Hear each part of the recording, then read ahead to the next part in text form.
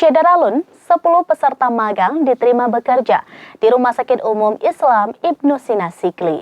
Berikut informasi selengkapnya untuk Anda. Peserta magang itu dikirim Forum Koordinasi Jejaring Pemagangan Aceh yang bekerja sama dengan Dinas Tenaga Kerja dan Mobilitas Penduduk Aceh. Penerimaan peserta magang dilakukan dalam kegiatan penutupan kegiatan pemagangan di rumah sakit tersebut.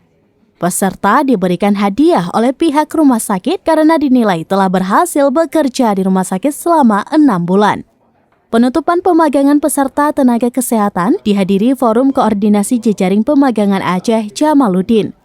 Selain itu, dari Pemkab PD dihadiri Sekretaris Dinas Transmigrasi dan Tenaga Kerja PD, Nadar Putra. Pemagangan itu telah dilakukan Forum Koordinasi Jejaring Pemagangan Aceh sejak tahun 2019 yang telah merekrut kaum milenial dari 23 kabupaten kota di Aceh untuk bisa bekerja di dalam maupun luar negeri.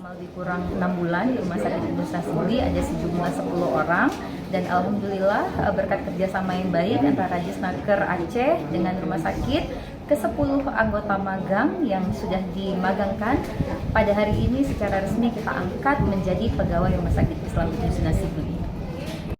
Program-program seperti ini terus ada kiranya untuk dapat mensupport kelangkaan sumber daya manusia yang kita hadapi, dan juga kita berharap dengan program ini dapat membuka lapangan kerja khususnya. Dari PD, Muhammad Nazar, Serambinews.com. Kabupaten PD.